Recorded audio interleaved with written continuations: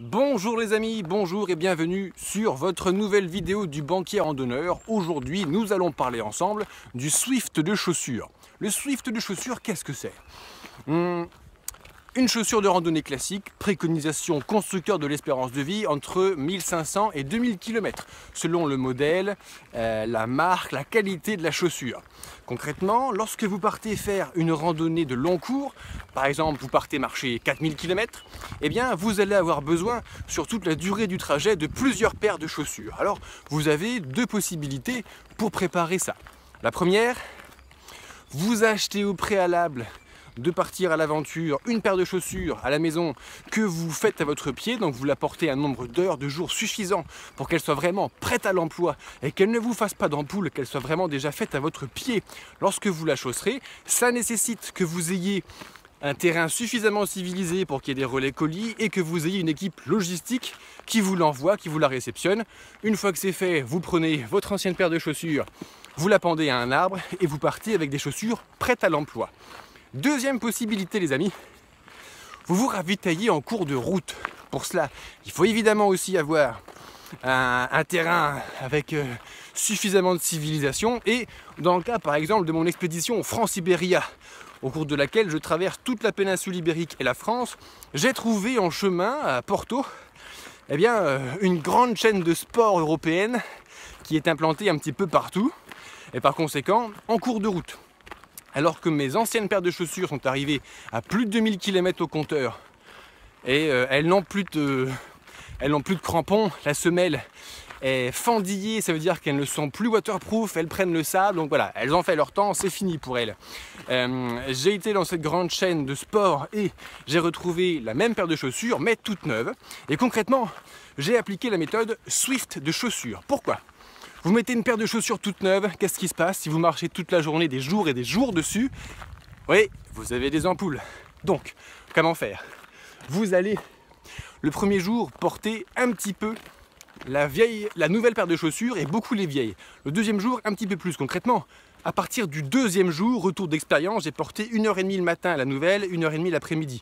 J'ai sectionné en deux parties le portage de la nouvelle pour que elle se fasse à mon pied et que mon pied s'y fasse. Le jour d'après, vous faites des sessions de 3 heures, etc. Et au bout de 5 jours, concrètement, j'ai porté toute la journée ma nouvelle paire de chaussures toute neuve et l'ancienne, concrètement, que j'ai portée avec moi autour du cou pendant 5 jours. Eh bien, on va aller la pendre à une branche, là, prochainement. Alors, concrètement, cette paire de chaussures, c'est le modèle Trexan. Vous voyez avec moi sur la caméra, je marche en supination, donc on voit ici sur l'extérieur de ma voûte plantaire, là, il n'y a plus de crampons. On part sur plus de 8 mm de crampons sur le modèle neuf. Au bout de 2000 km, j'ai rogné mes 8 mm. Pareil sur les talons, aux zones d'impact, j'ai plus rien, vraiment plus de crampons, ça veut dire plus d'adhérence. La semelle est fendue à nouveau, ça veut dire qu'elles prennent l'eau, elles prennent le sable, donc il fallait vraiment faire quelque chose. La nouvelle paire de chaussures, elle, que j'ai au pied en ce moment, et oui, je suis en train de marcher avec, elle est toute neuve, toute belle. On va voir. Ouais, on ne voit pas très bien, mais si vous l'avez vu, vous avez vu les crampons tout beaux, tout neufs que j'ai. Alors, 5 jours, ça permet au pied de s'acclimater. Je n'ai pas eu une seule ampoule. Un tout petit peu de douleur articulaire, oui, c'est vrai, mais bon. Changez de chaussure le temps qu'elle se fasse à votre pied, que votre pied et votre corps se fassent à elle. Ouais, en plus c'était sur des grosses journées bitume, dont une à plus de 35 km.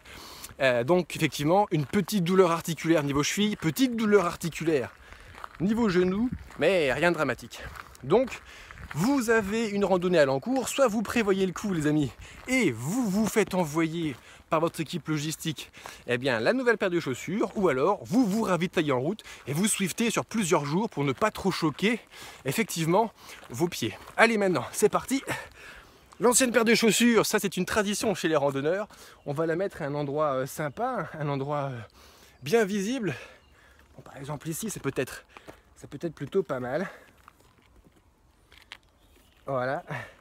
Et de cette façon, les amis randonneurs, quand ils passeront près de cette borne en granit galicienne, ils diront bah putain, qu'est-ce qu'on en fait des kilomètres, qu'est-ce qu'on en use des chaussures. Et voilà, c'est parti.